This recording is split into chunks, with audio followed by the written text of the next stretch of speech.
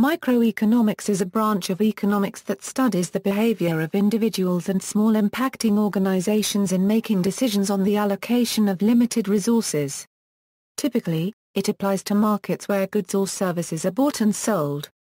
Microeconomics examines how these decisions and behaviors affect the supply and demand for goods and services, which determines prices, and how prices, in turn, determine the quantity supplied and quantity demanded of goods and services.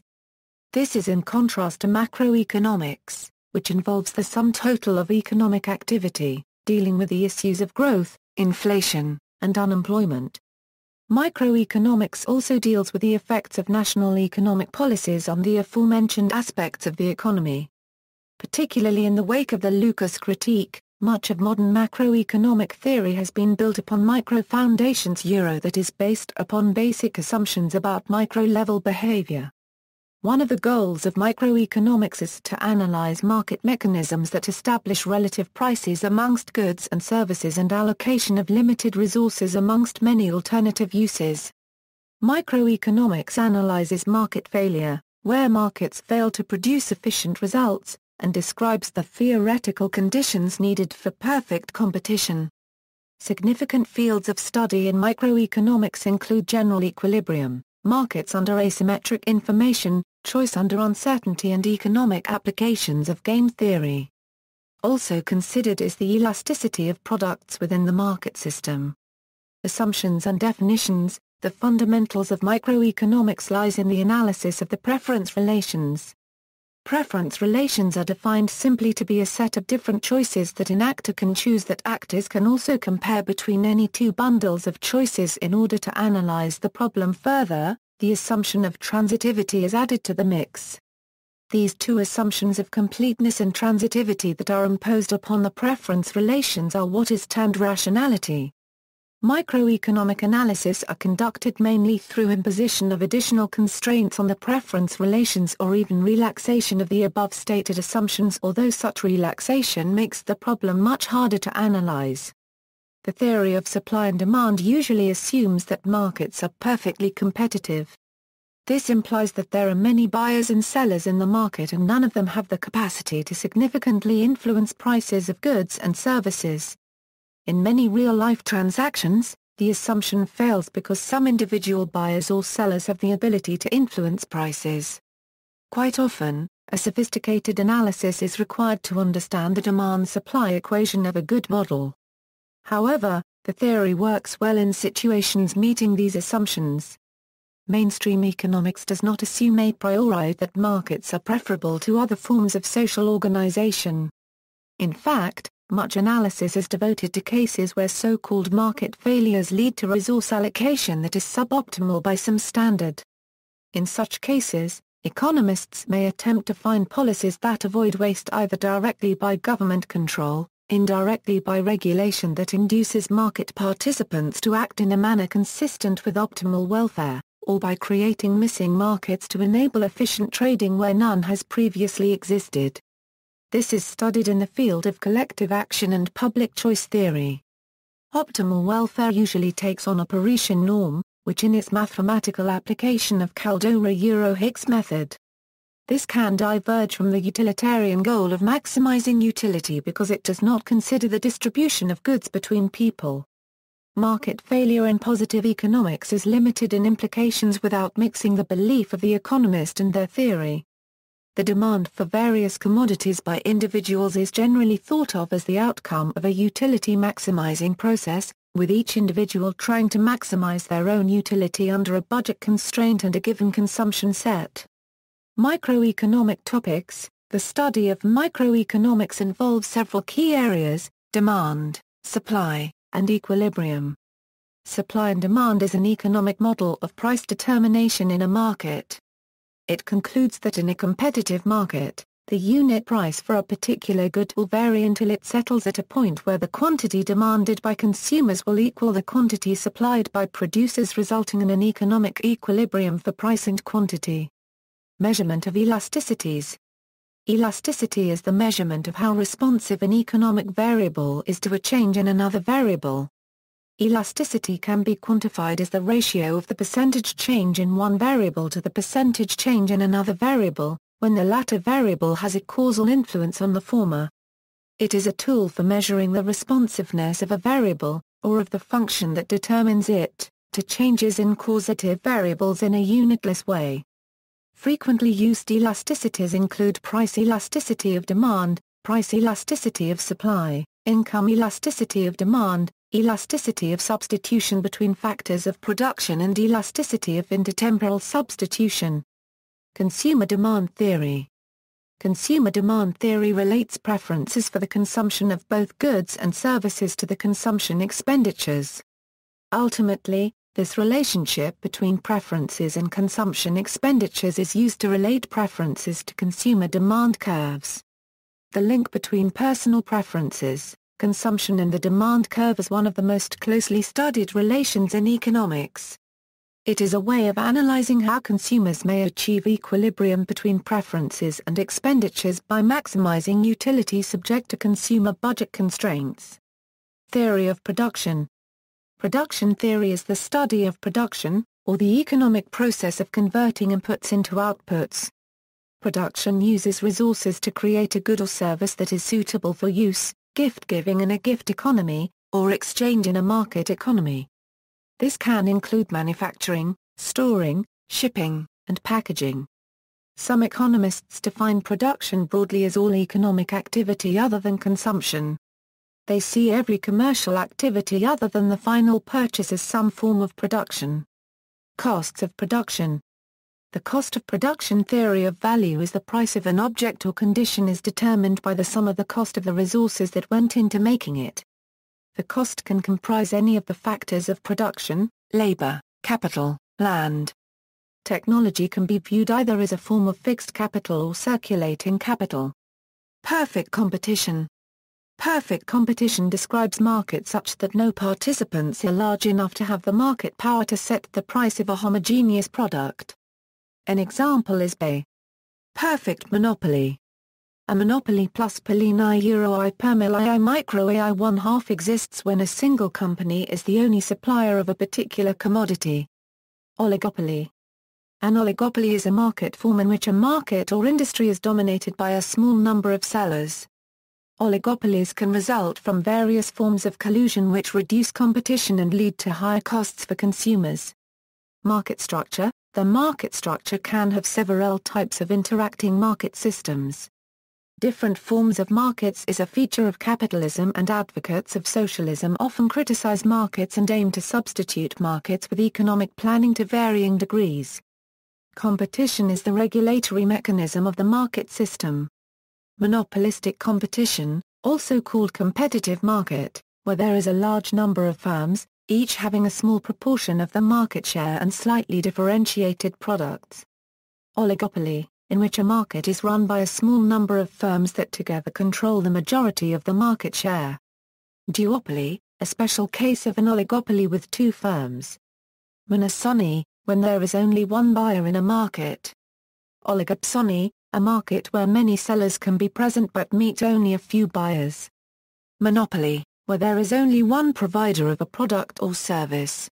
Natural monopoly, a monopoly in which economies of scale cause efficiency to increase continuously with the size of the firm. A firm is a natural monopoly if it is able to serve the entire market demand at a lower cost than any combination of two or more smaller, more specialized firms. Perfect competition, a theoretical market structure that features no barriers to entry, an unlimited number of producers and consumers, and a perfectly elastic demand curve. Examples of markets include but are not limited to, commodity markets, insurance markets, bond markets, energy markets, flea markets, debt markets, stock markets, online auctions, media exchange markets, real estate market. Game theory. Game theory is a major method used in mathematical economics and business for modeling competing behaviors of interacting agents.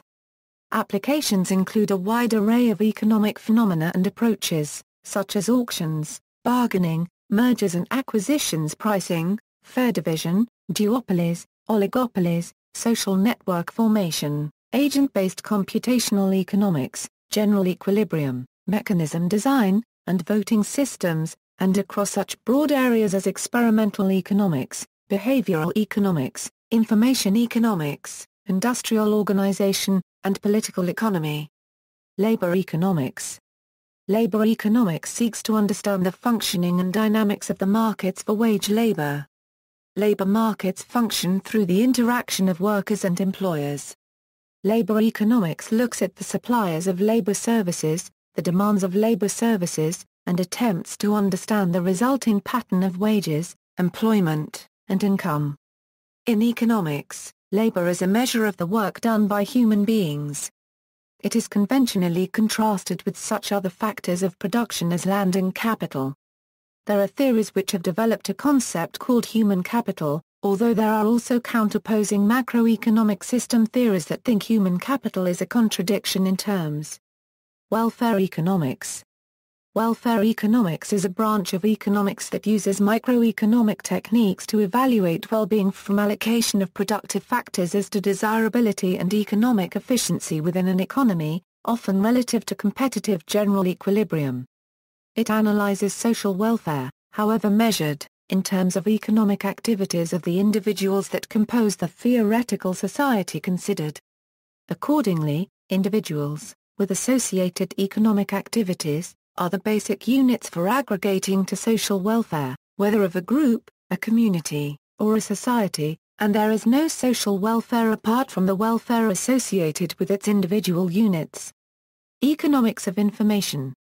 Information economics, or the economics of information, is a branch of microeconomic theory that studies how information and information systems affect an economy and economic decisions. Information has special characteristics. It is easy to create but hard to trust. It is easy to spread but hard to control. It influences many decisions. These special characteristics complicate many standard economic theories. Opportunity cost. Opportunity cost of an activity is equal to the best next alternative uses foregone. Although opportunity cost can be hard to quantify, the effect of opportunity cost is universal and very real on the individual level. In fact, this principle applies to all decisions, not just economic ones. Opportunity cost is one way to measure the cost of something. Rather than merely identifying and adding the costs of a project, one may also identify the next best alternative way to spend the same amount of money. The foregone profit of this next best alternative is the opportunity cost of the original choice. A common example is a farmer that chooses to farm their land rather than rent it to neighbors, wherein the opportunity cost is the foregone profit from renting. In this case, the farmer may expect to generate more profit alone. This kind of reasoning is a very important part of the calculation of discount rates in discounted cash flow investment valuation methodologies. Similarly, the opportunity cost of attending university is the lost wages a student could have earned in the workforce, rather than the cost of tuition, books, and other requisite items. Note that opportunity cost is not the sum of the available alternatives, but rather the benefit of the single, best alternative. Possible opportunity costs of a city's decision to build a hospital on its vacant land are the loss of the land for a sporting center, or the inability to use the land for a parking lot, or the money that could have been made from selling the land, or the loss of any of the various other possible uses but not all of these in aggregate. The true opportunity cost would be the foregone profit of the most lucrative of those listed.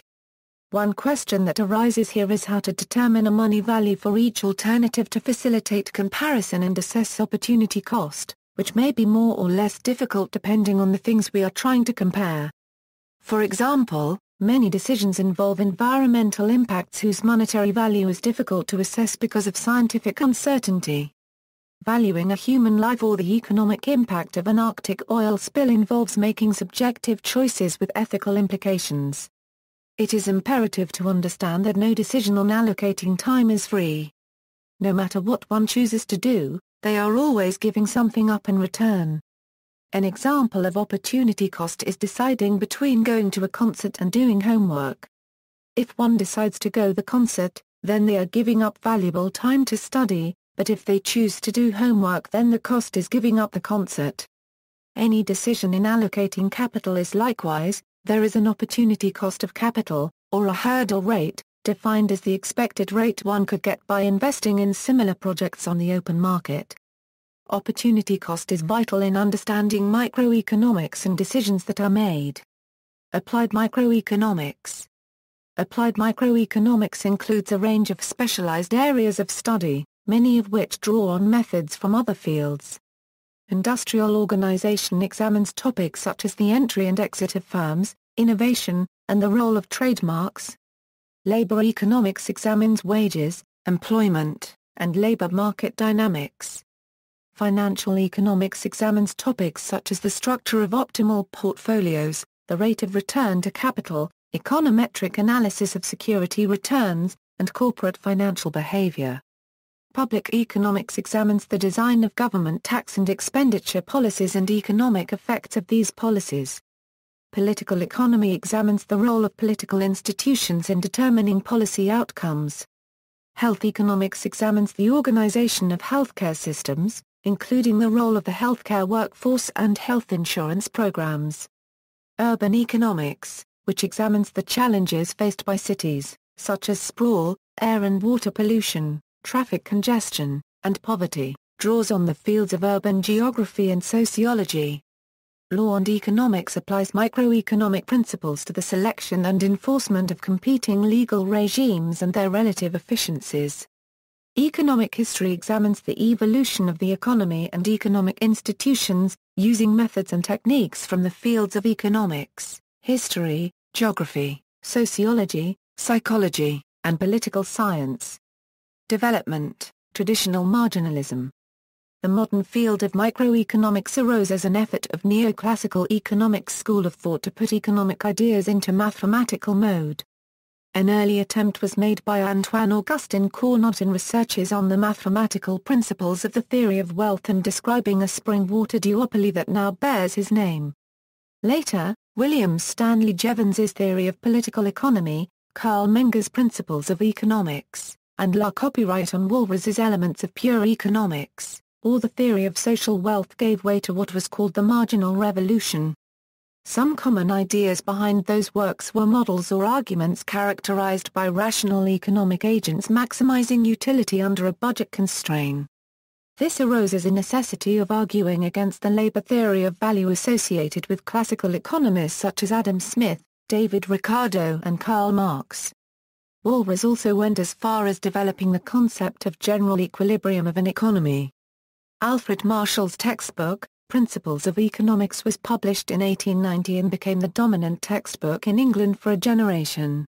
His main point was that Jevons went too far in emphasizing utility as an attempt to explain prices over costs of production. In the book he writes, "There are few writers of modern times who have approached as near to the brilliant originality of Ricardo as Jevons has done. But he appears to have judged both Ricardo and Mill harshly, and to have attributed to them doctrines narrower and less scientific than those they really held. Also, his desire to emphasize an aspect of value to which they had given insufficient prominence, was probably in some measure accountable for his saying, 'Repeated reflection and inquiry have led me to the somewhat novel opinion that value depends entirely upon utility.' This statement seems to be no less one-sided and fragmentary, and much more misleading, than that into which Ricardo often glided with careless brevity, as to the dependence of value on cost of production, but which he never regarded as more than a part of a larger doctrine, the rest of which he had tried to explain. In the same appendix he further states, "Perhaps Jevons' antagonism to Ricardo and Mill would have been less if he had not himself fallen into the habit of speaking of relations which really exist only between demand, price and value as though they held between utility and value.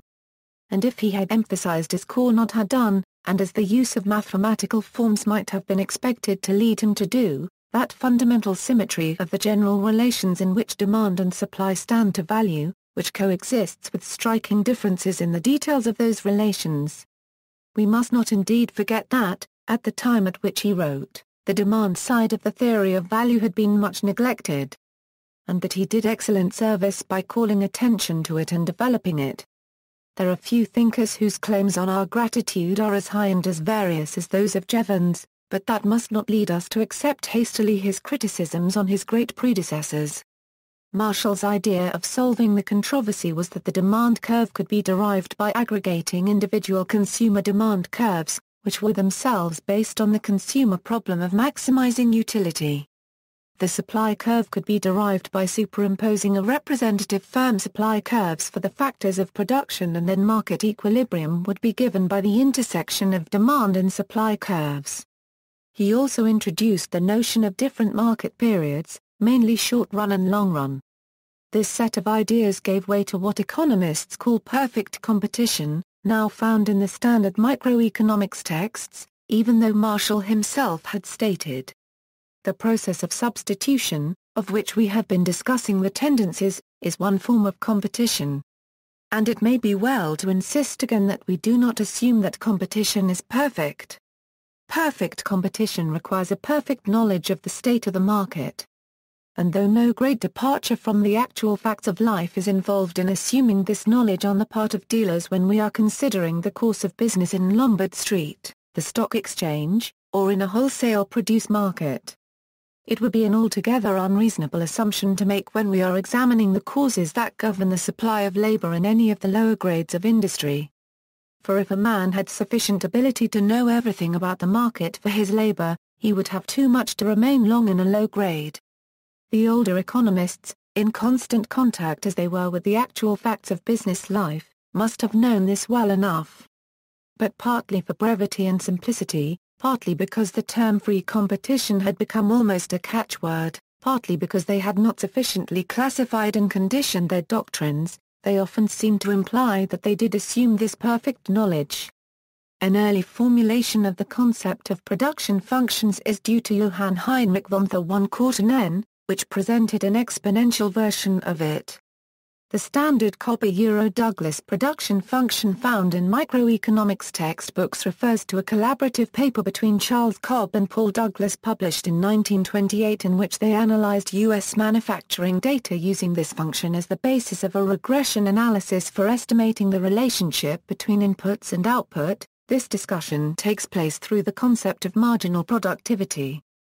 The mathematical form of the Cobbe-Douglas function can be found in the prior work of Wicksell, Thar One-Korten, and Turgot. Jacob Wiener presented an early procedure for constructing cost curves in his OE cost curves and supply curves Euro. The paper was an attempt to reconcile two streams of thought when dealing with this issue at the time, the idea that supplies of factors of production were given and independent of rate of remuneration or dependent on rate of remuneration. Wiener argued that, OE the differences between the two schools would not affect qualitatively the character of the findings, more specifically, A. That this concern is not of sufficient importance to bring about any change in the prices of the factors as a result of a change in its output in Wiener's terminology now considered standard the short run is at period long enough to permit any desired output change that is technologically possible without altering the scale of the plant but is not long enough to adjust the scale of the plant. He arbitrarily assumes that all factors can, for the short run, be classified in two groups, those necessarily fixed in amount, and those freely variable. Scale of plant is the size of the group of factors that are fixed in amount in the short run, and each scale is quantitatively indicated by the amount of output that can be produced at the lowest average cost possible at that scale. Costs associated with the fixed factors are fixed costs. Those associated with the variable factors are direct costs. Note that fixed costs are fixed only in their aggregate amounts, and vary with outputs in their amount per unit, while direct costs vary in their aggregate amount as output varies, as well as in their amount per unit. The spreading of overhead is therefore a short-run phenomenon and not to be confused with the long run. He explains that if the law of diminishing returns holds that output per unit of variable factor falls as total output rises, and that if the prices of the factors remain constant then average direct costs increase with output. Also, if atomistic competition prevails that is, the individual firm output won't affect product price then the individual firm short-run supply curve equals the short-run marginal cost curve. In the long run, the supply curve for industry can be constructed by summing individual marginal cost curves abscissors. He also explains that internal economies of scale are primarily a long-run phenomenon and are due either to reductions in the technical coefficients of production or to discounts resulting from larger size. Internal diseconomies of scale can be avoided by increasing industry output by increasing the number of plants without increasing the scale of the plant. External economies of scale are also either technical or pecuniary, but in this case are due to the aggregate behavior of the industry, and refer to the size of output of the industry as a whole.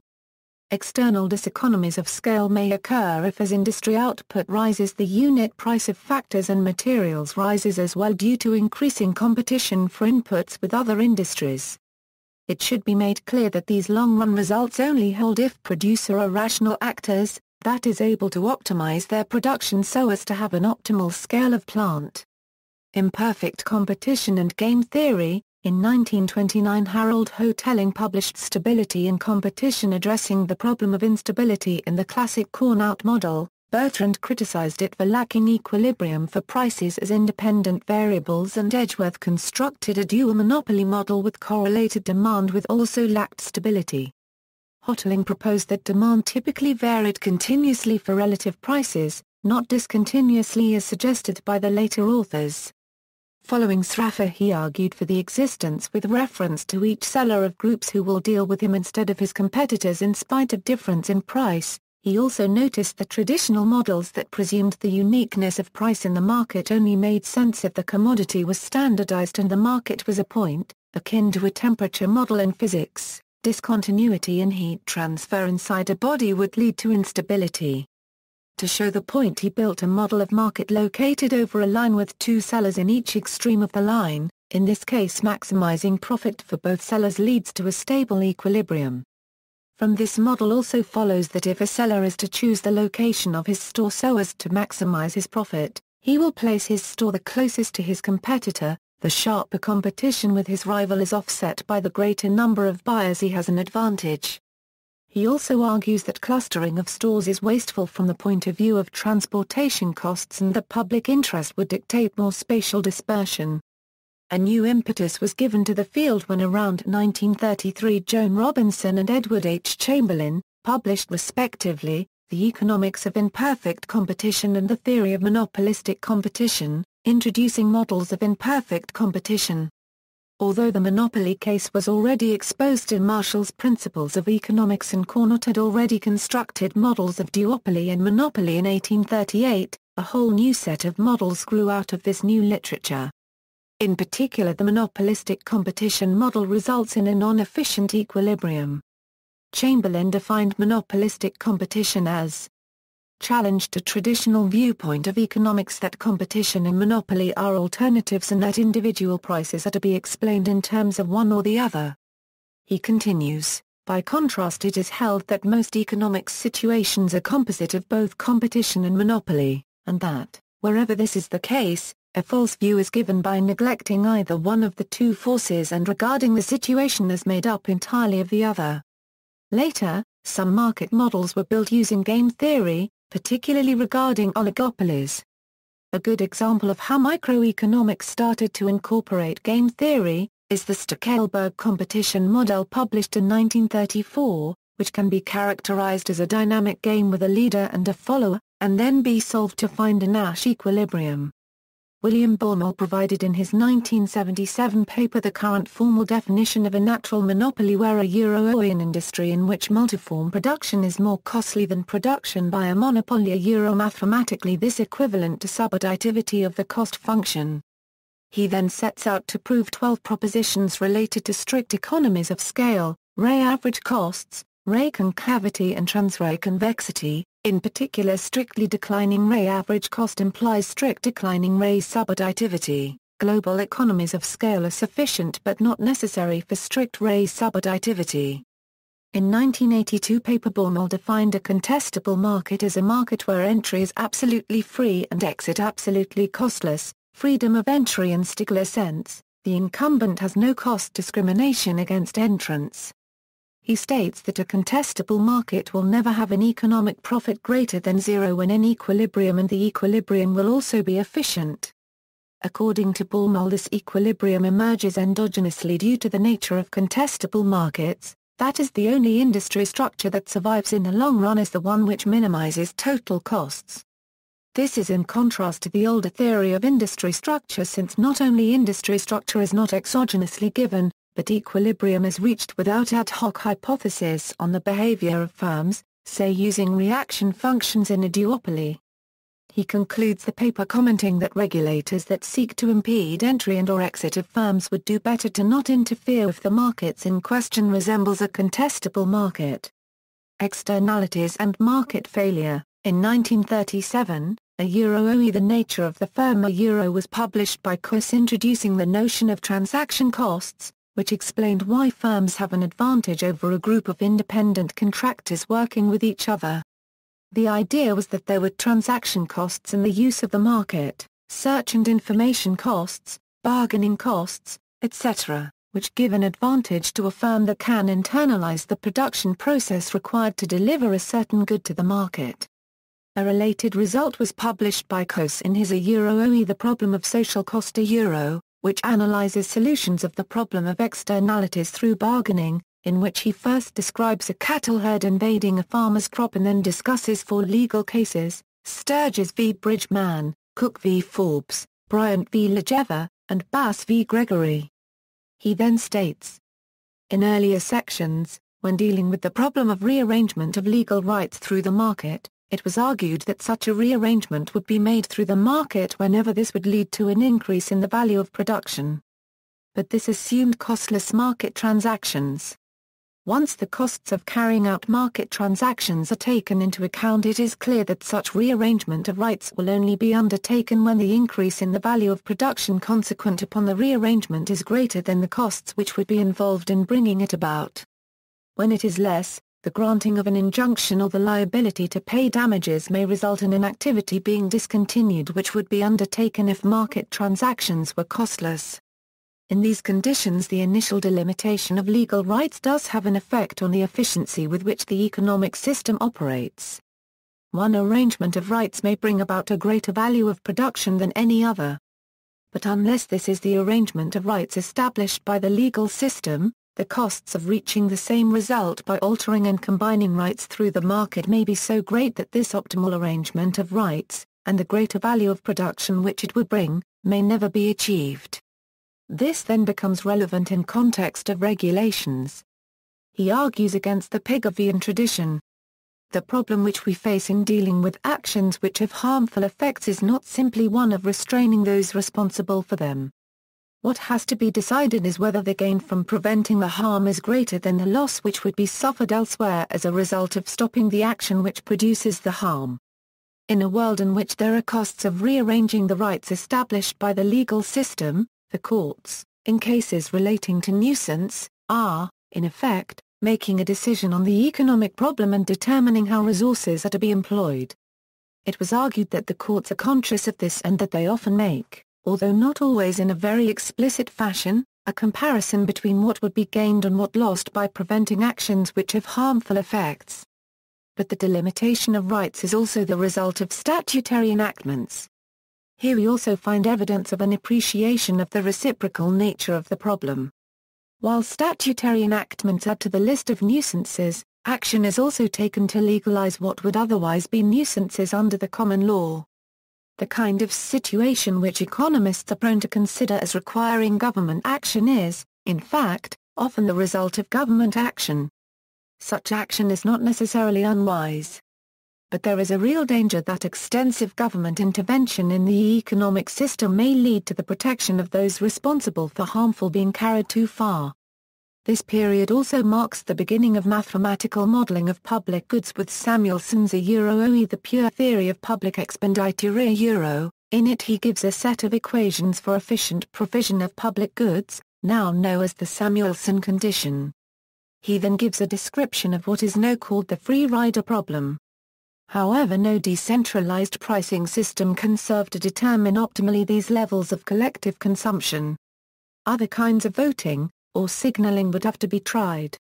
but, and this is the point sensed by Wicksell but perhaps not fully appreciated by Lindahl, now it is in the selfish interest of each person to give false signals, to pretend to have less interest in a given collective consumption activity than he has, etc.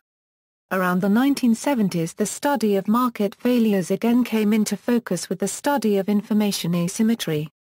In particular, three authors emerged from this period: Akerlof, Spence, and Stiglitz.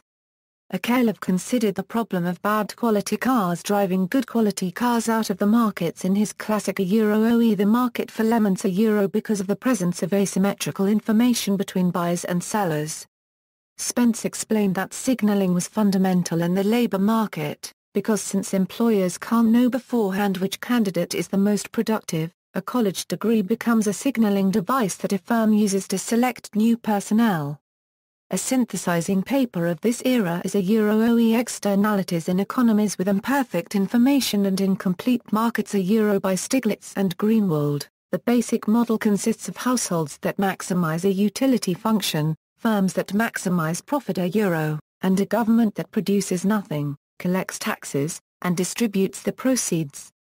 An initial equilibrium with no taxes is assumed to exist. A vector x of household consumption and vector z of other variables that affect household utilities are defined. A vector I of profits is defined along with a vector E of households' expenditures.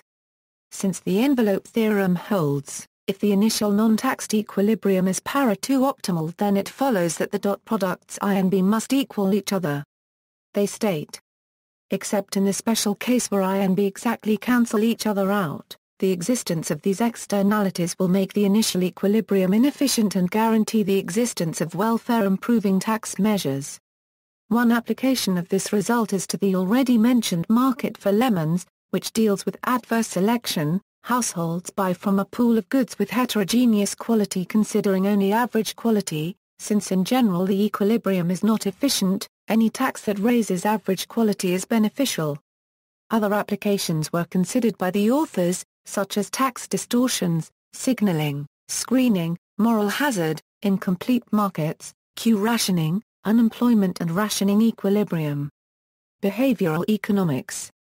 Kahneman and Tversky published a paper in 1979 criticizing the very idea of the rational economic agent.